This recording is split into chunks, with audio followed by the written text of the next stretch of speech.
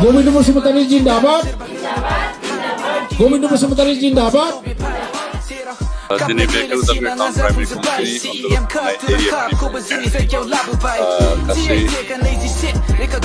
sadanji subung aja haruba manci kaise BPF supporter में kaise BJP supporter में और kaise किन्तु कुनो party जन लोग गिविदी just साधारण voter अभी तमन्ना kaise sadanji जनी people जुटन कलम्बाई बिथांमोन को बरायदों बिनिफ्राय बेके बिथांमोना जॉइन जानायनि कारना जाबाय जे थांनाय 5 बोसोर इफोला बे ओनसोलनि जौगानायनि थाखाय बे ओनसोलनि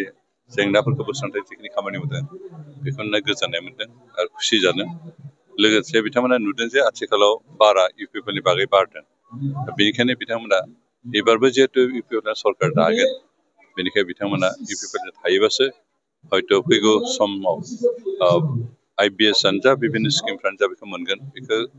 आसा खालामनानै दिनै बिथांमोना जुगदान खालामदों आरो बिथांमोनखौ जों बरायदों बेनिखाय जों बिथांमोनखौ बेखौनो खावलायदों जे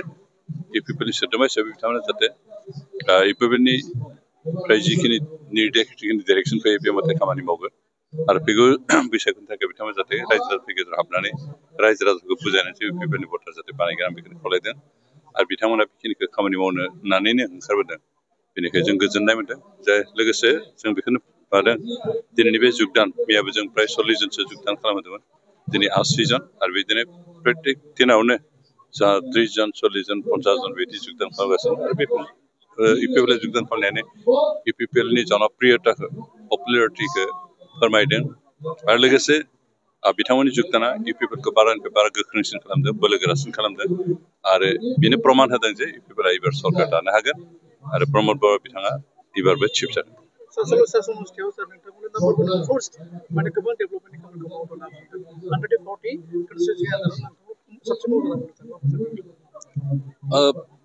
जा 40 समष्टिनि गेजेराव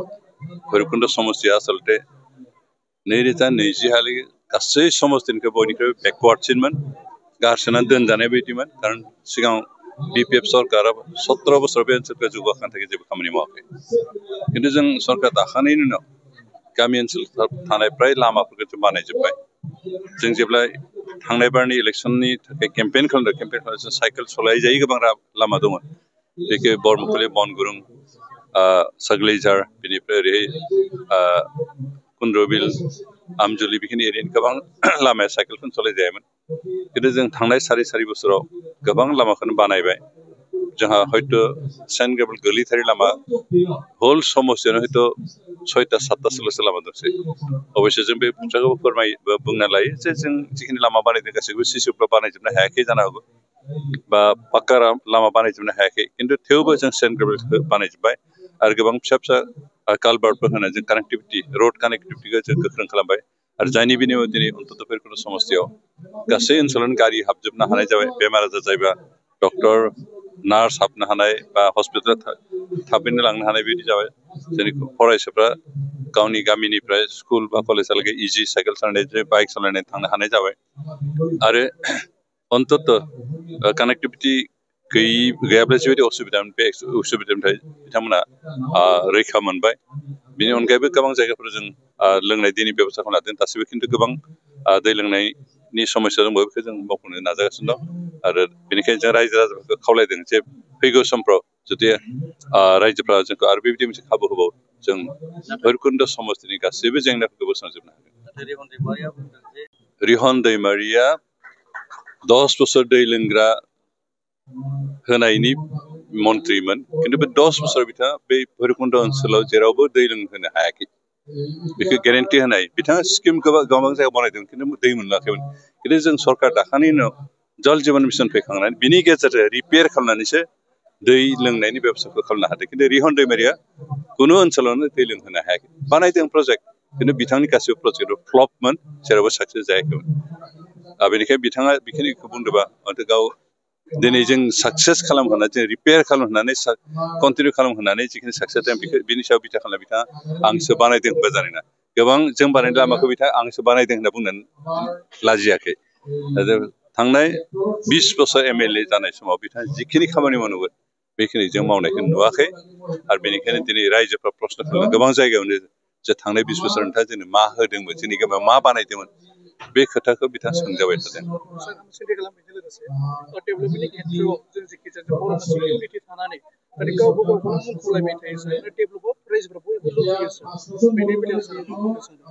डेभेलपखौथ' खालामखानांगोन दा जिहेतु थांनाय सरकारनि समाव जोंनि सरकार दानायनि सिगां समनि जिथु सरकार बे बर'फ्रानो दैदेनगिरि बर'फ्रानो एमएलए चिफ जादोंमोन बर'फ्रानो एमएलए जादोंमोन मन्त्रि जादोंमोन बे मन्त्रि जानाय समाव बिथाङा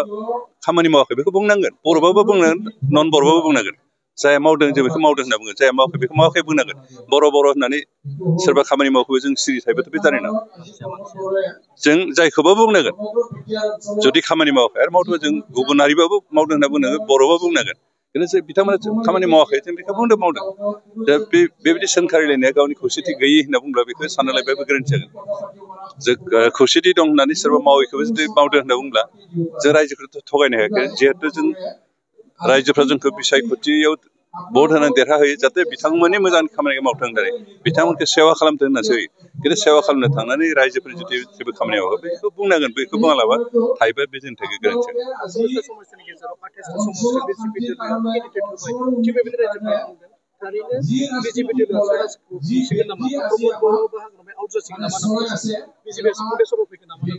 बे रायजो राजाफोरनि सायावसो